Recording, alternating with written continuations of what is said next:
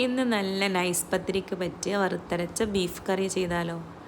അതിനായിട്ട് നമ്മൾ വലിയ ഉള്ളി, തക്കാളി, ഇഞ്ചി വെളുത്തുള്ളി പേസ്റ്റ്, പച്ചമുളക്, കരിവേപ്പില, പിന്നെ അതിൽ സ്പൈസസ് ആയിട്ട് ആഡ് ചെയ്യുന്നത് മുളക് പൊടി, മല്ലിപ്പൊടി, മഞ്ഞൾപ്പൊടി, പെരിഞ്ജീരകപ്പൊടി, ഉലുവ, ഉപ്പ്, ഇതെല്ലാം ഒന്ന് ആഡ് ചെയ്ത് ആവശ്യമായ ബീഫും ചേർക്കുക. അത് കുക്ക് ചെയ്യാൻ ആവശ്യമായിട്ടുള്ള വെള്ളവും ചേർക്കുക. അത് മുക്കാലോളം വെന്തതിന് ശേഷം ഉരുളക്കിഴങ്ങ് അതിലേക്ക് ആഡ് ചെയ്യുക.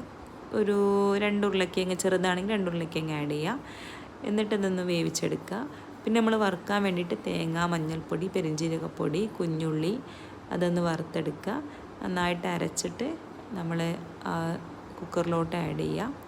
എന്നിട്ട് നമ്മൾ അതിനെ താളിച്ചെടുക്കാൻ വേണ്ടി കുഞ്ഞുള്ളി, കരിവേപ്പില ചേർത്ത് താളിച്ചെടുക്കുക. അവസാനം ഒന്ന് ഡെക്കറേറ്റ് ചെയ്യാൻ വേണ്ടിയിട്ട് മല്ലിച്ചപ്പും കൂടി ആഡ് ചെയ്യുക.